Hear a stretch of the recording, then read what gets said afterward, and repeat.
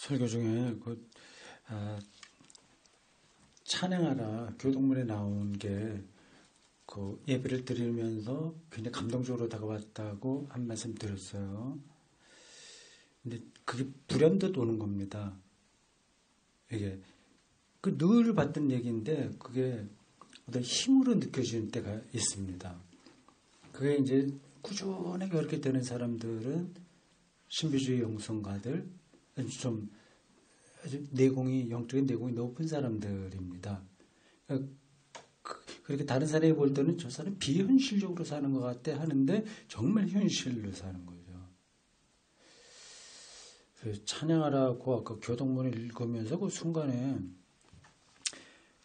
우리가 대충 알고 있는 거긴 하지만 더 또렷하게 들어왔어요. 하나님이 모든 걸 다 창조하셨잖아요. 일단 그게 전제되는 거 아니겠어요? 이 나무 요것도 창조하신 거 아니겠습니까? 이게 살아있던 나무를 이제 쪼개서 이걸 만들었는데 요 탁자를 만드는 데는 이 재료, 진료라고 보통 하죠. 아리스토텔레스의 표현이면 진료예요. 그 지구에 있는 모든 것들은 다 진료입니다. 근데 그게 어떤 모양을 갖게 되려면 그게 형상이 필요하다고 하는 거예요. 아리스토텔레스 철학, 진료와 형상이 얘기하는 겁니다. 근데 신앙적으로 틀린 게 아니에요. 이 탁자를 만들어졌다고 하는 것은 나무를 가만두면은 탁자가 안 만들어져요.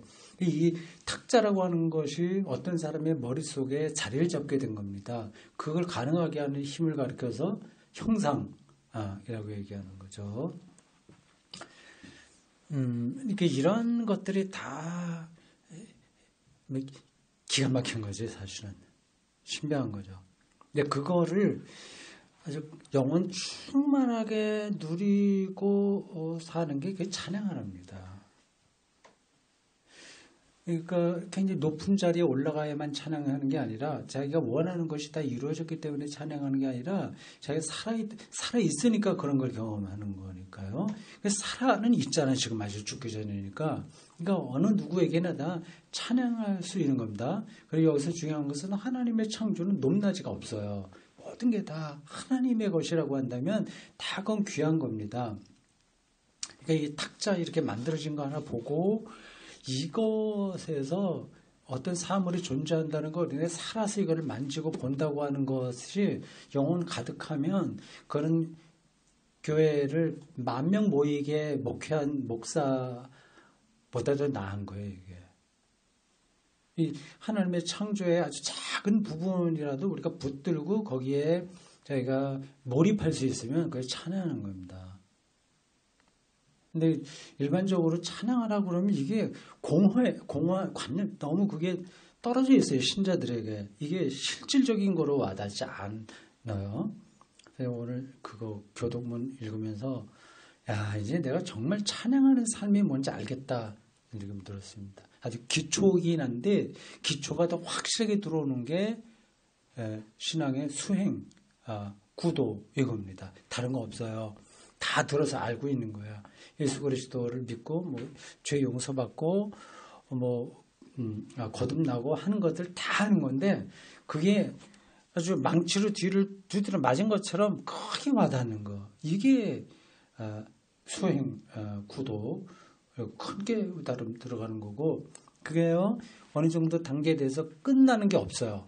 죽을 때까지 그게 계속 성장하는 겁니다. 그래서 바울이 구원을 이루라 얘기했잖아요. 가는 거예요. 이루라. 그러니까 하나님을 우리가 직접 볼 수 없는 거니까 가까이 가는 것뿐이죠. 근데 그 느낌을 가지면 삶이 이제 다르게 보입니다. 일단 그게 어떤 사태인지를 느끼는 게 중요한 겁니다. 그거에 연관되는 것 같아서 제가 기차간에서 읽은 책, 시집 한 편만 읽겠습니다.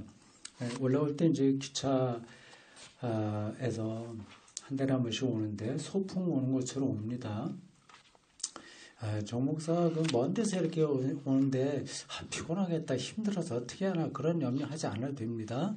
그냥 소풍 오듯이 하는 거니까 거기 있어봤자 대구에 그때 있어봤자 카페에서 신자들 얘기하고 뭐 다른 거 하는 그거 하는 거나 기차 타고 올라오는 거나 똑같습니다. 어디 있으나 다 지구 안에서 벌어지는 일을 내가 위치만 다르게 하는 거니까 전혀 저에게 부담 느끼지 않으셔도 됩니다. 그러나 고맙게는 생각하시는 게 나을 것 같아요. 올라오는데 이제 설교를 거기서 한번 하니까 이제 그거를 이제 설교한 그럼 다 들어가 이걸 뭘 할까 이렇게 노트하면서 몇 가지 주제만 삼습니다. 그러다 시간이 남으면 좀 졸기도 하고 그런데 오늘은 이 책을 읽었습니다.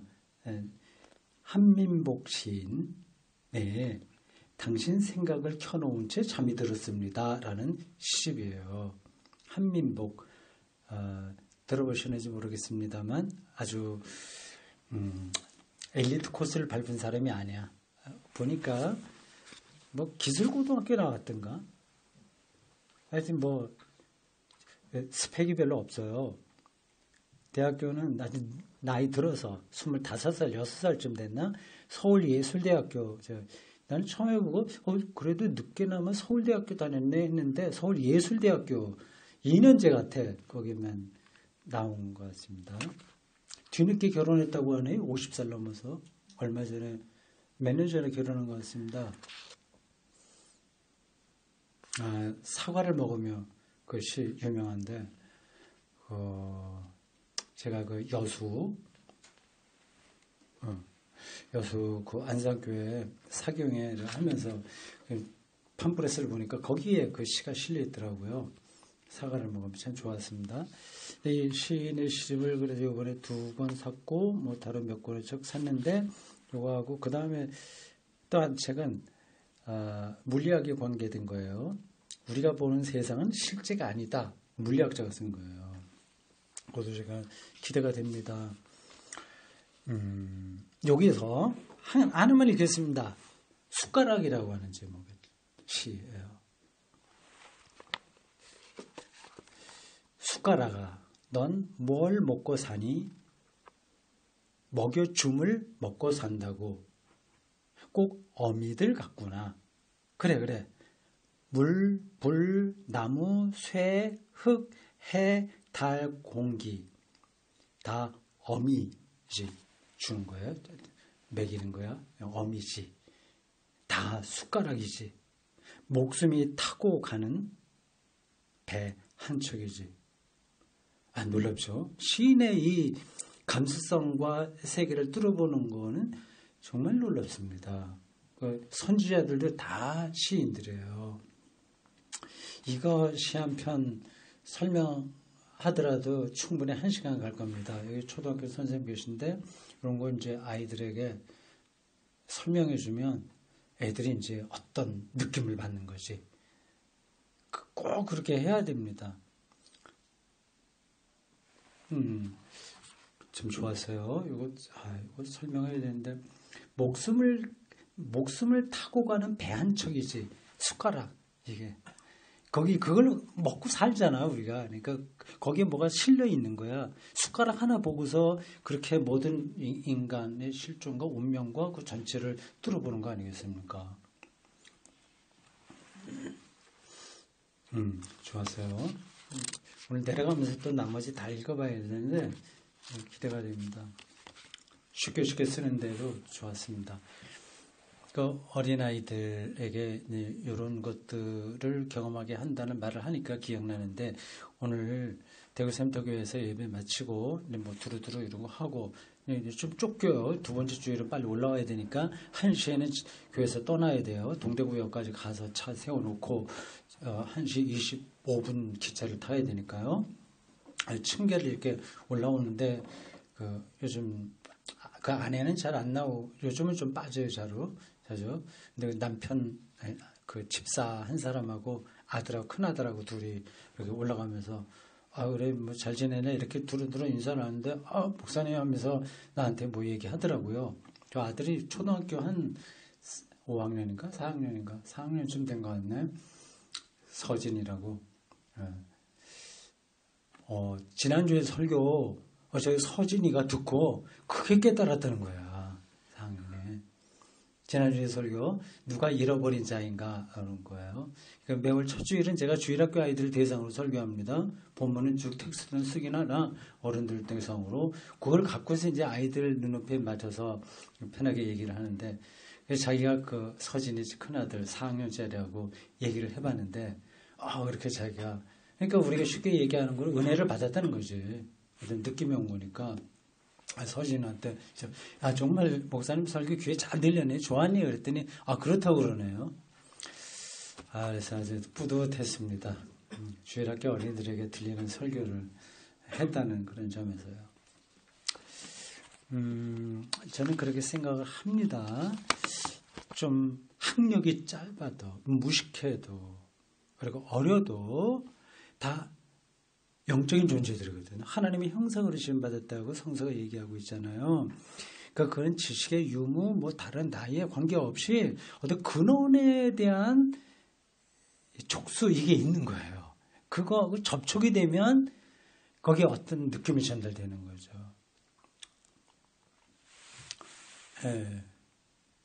설교자는 그런 역할을 좌고우면하지 말고 자기가 알고 있는 것을 소신껏 전하기만 하면 된다 생각합니다.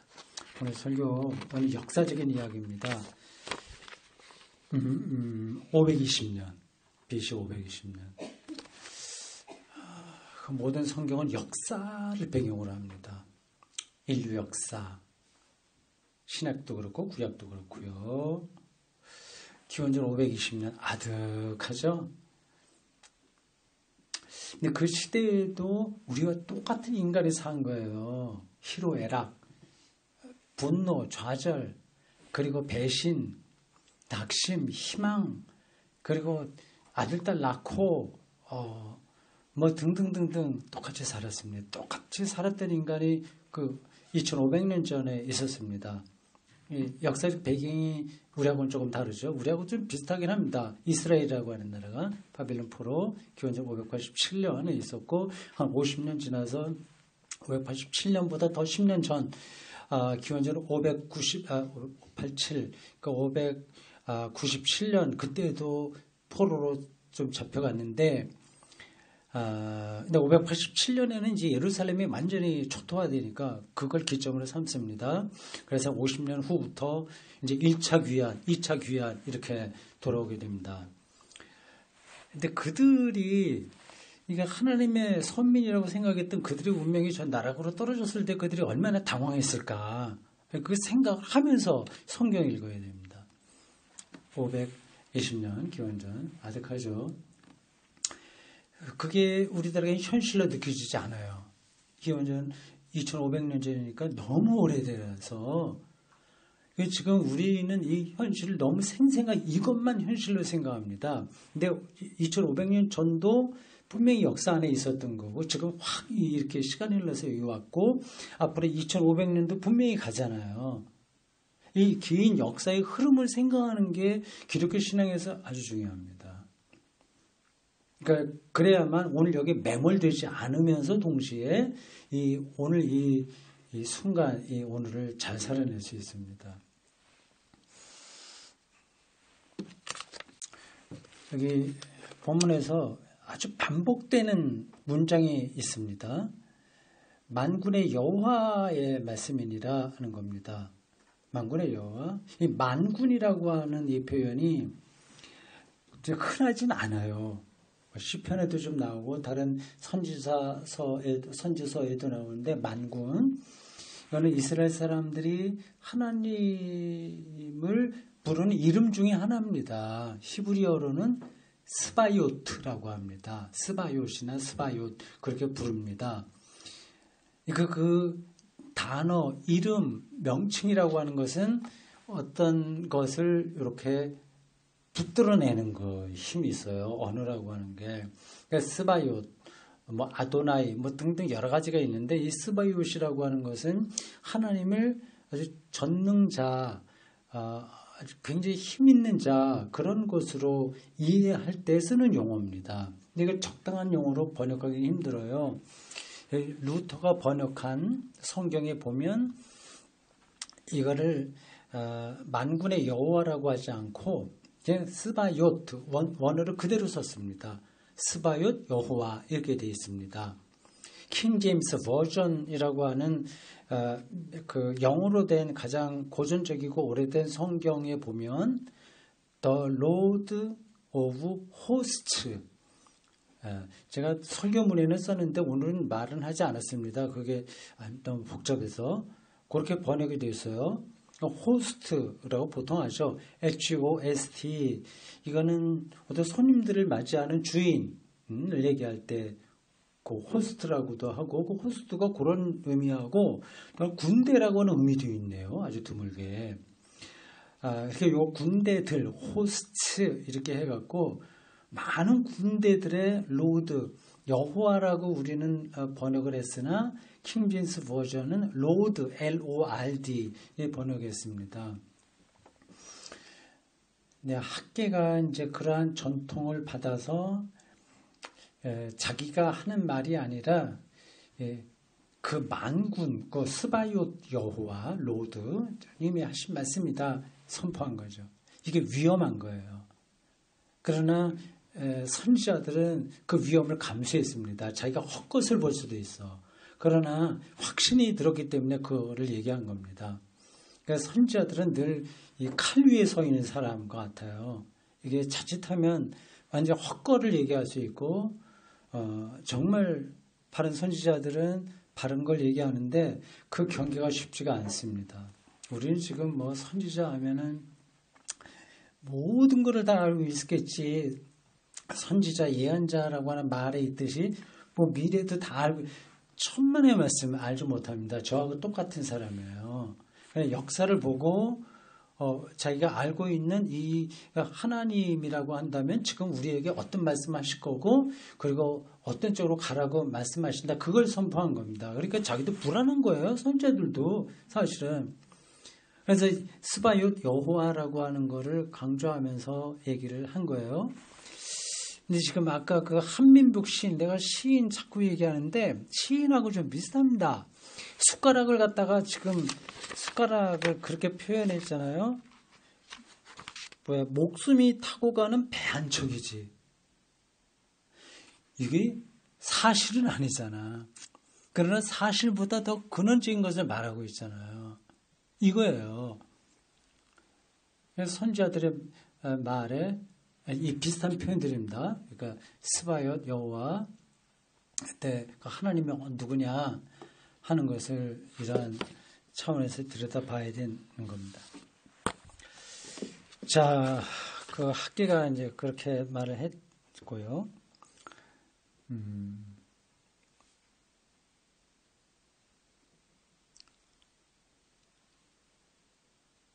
오늘 그 예배 부름에서 그 입자와 파동 그 얘기를 했는데 오늘 설명하는데 조금 연관이 되는지 모르겠습니다. 저도 이제 물리학은 이제 잘 모르는데 크게 참 도움이 돼요. 이 세계를 바로 보는데 말이죠. 입자는 이렇게 알맹이라고 생각하는 거고 파동은 그냥 그것이 만들어내는 혹은 그것과 상관없이 있는 어떤 움직임 그런 거거든요. 양자역학에 따르면 이 세계 만물은 입자로가 아니라 파동입니다. 그러니까 지금 이 책상이 이렇게 보면 이게 입자예요. 가는 게 쪼개도 이게 톱밥으로 된다면 알맹이 하나하나가 다 이게 입자입니다. 원소라고 하는 입자가 있어요. 그 전체가 원소가 몇 개죠? 30몇 개 되나? 우라늄, 탄소, 산소 이런 게 다 입자인데, 근데 여태까지는 이제 그 입자가 있는 줄 알았어요. 세계가 이게 다 입자로 구성된 줄 알았는데 양자역학에 따르면 더 작은 세계로 들어가 보니 그 원소 안으로 들어가 보니 그것도 빈 공간인 거예요. 입자가 있는 게 아니에요. 어떤 파동, 힘, 에너지 이런 아주 가장 소입자로 들어가게 되면 이렇게 입자로 생각했던 거 그 안으로 들어가게 되면 그렇다는 겁니다. 앞에서 제가 책 하나 샀다고 말씀드렸죠. 보이는 세상이 실제가 아니다. 그러니까 이거 책상이 이렇게 보이는데 이게 양자 물리학에 보면 양자 물리학에 따르면 이렇게 있는 게 아니에요. 이게 계속 파동을 치고 있는 거예요. 이 세계가. 이 실감은 안 됩니다. 사실 우리는 이렇게만 붙들기 때문에 경험하기 때문에. 이 양자는 이제 가장 소립자의 세계를 양자라고 통칭하는 거예요. 그 원소 여러 가지 것들. 그 안에 핵, 뭐 중성자, 뭐 전자 이런 것들을 다 양성자, 그걸 이제 양자라고 얘기합니다. 근데 그 양자의 세계에 비하면 이건 너무 거시적이에요. 이게 이 거시로 보면 이게 있는 것처럼 보이는데 미시로 들어가게 되면 그게 없다. 얘기입니다. 앞으로 이제 점점 그런 쪽으로 세계가 더 드러나게 될 텐데 여기서 우리가 하나님을 어떻게 설명하냐, 또 어떻게 경험하냐 이런 게 우리 기독교에 주는 하나의 숙제이기도 하고 도전이기도 한 것 같습니다. 근데 저는 전혀 걱정하지 않습니다. 하나님은 그런 과학에 의해서 부정당하지 않을 겁니다. 부정당한다면 그때는 끝장이겠죠. 네, 그러지 않을 거요. 않을 겁니다. 예를 들자면 하여튼 조금 더 이게 다 오늘 설교 주제하고도 연관됩니다. 결국은 하나님 경험이니까 하나님 경험. 그러니까 역사 출애굽을 통해서 하나님을 경험한 사람이 있고 그렇지 못한 사람이 있는데 선지자들과 이스라엘 민족들은 그걸 경험한 거예요. 이렇게 설명할 수 있습니다. 양자역학과 현대과학과 연관해서요. 연관해서 두 가지를 얘기해야 되나? 이렇습니다.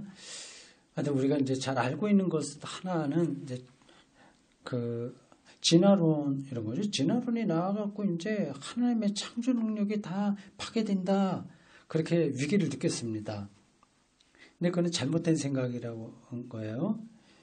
여전히 지금도 진화론을 부정하고 창조과학을 따라가는 사람이 있는데 그들은 이제 이것도 아니고 저것도 아니고 아무것도 아닙니다.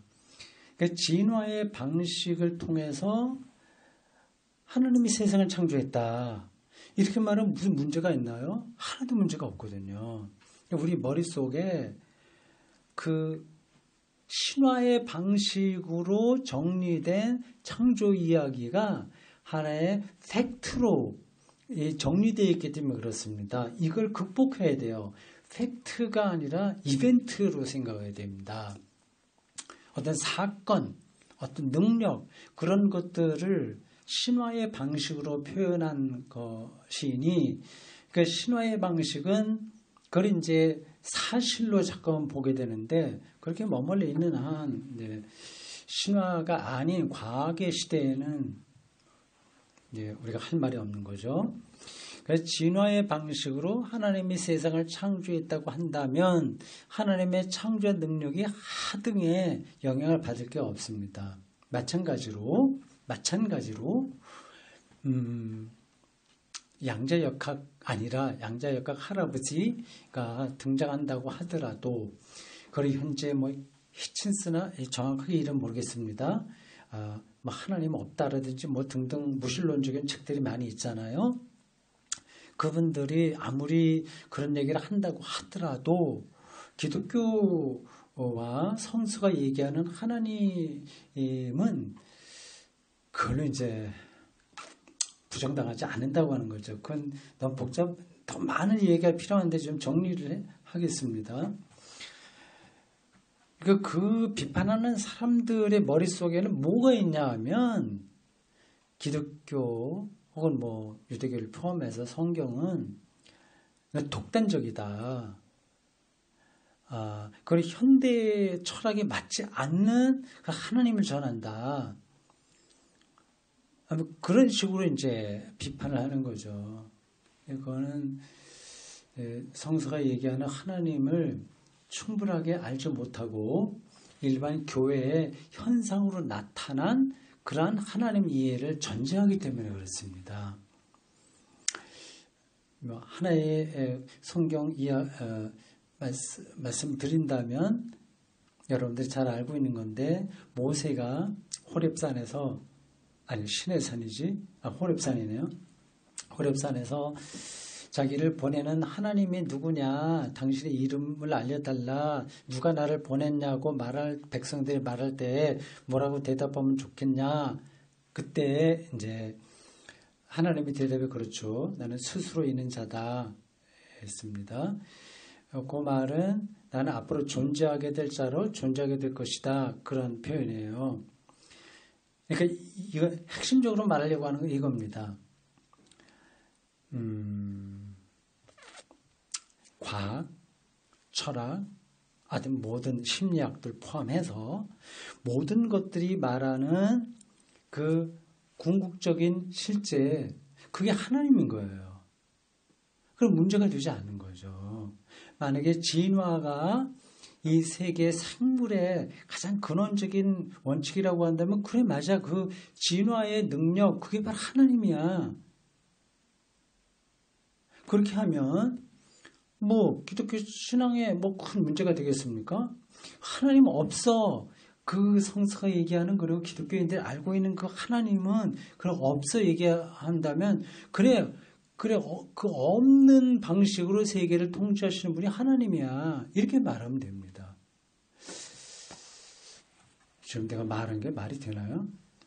근데 제가 정확하게 다 짚지 못했으나 그 방향이 그겁니다. 걱정하지 않으셔도 된다. 그리고 여기에 됩니다. 한마디만 더 하면 하나님은 종말론적으로 자기를 드러내시는 분이에요. 그러니까 아직까지는 하나님이 다 드러나지 않은 거야. 과학과 철학이 진리를 얘기하잖아요. 그게 드러나면 그게 하나님인 거야. 종말에 가서 다 드러나게 될 분.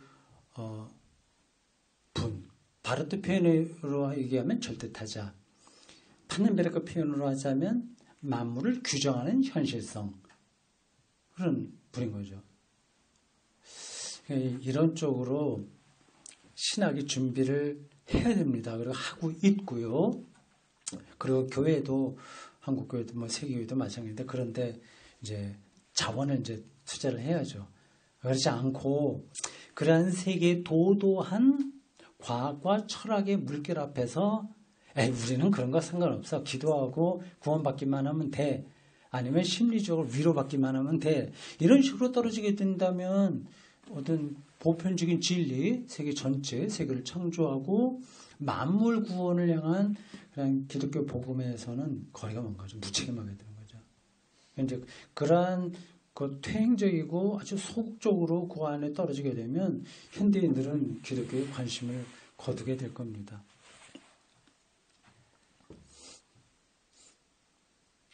제가 설교 마지막 부분에서 결국 맨날 똑같은 결론에 도달하는데 뭔지 아시죠? 예수 그리스도에게 가까이 가는 것, 예수를 실제로 믿는 것이라고 했습니다.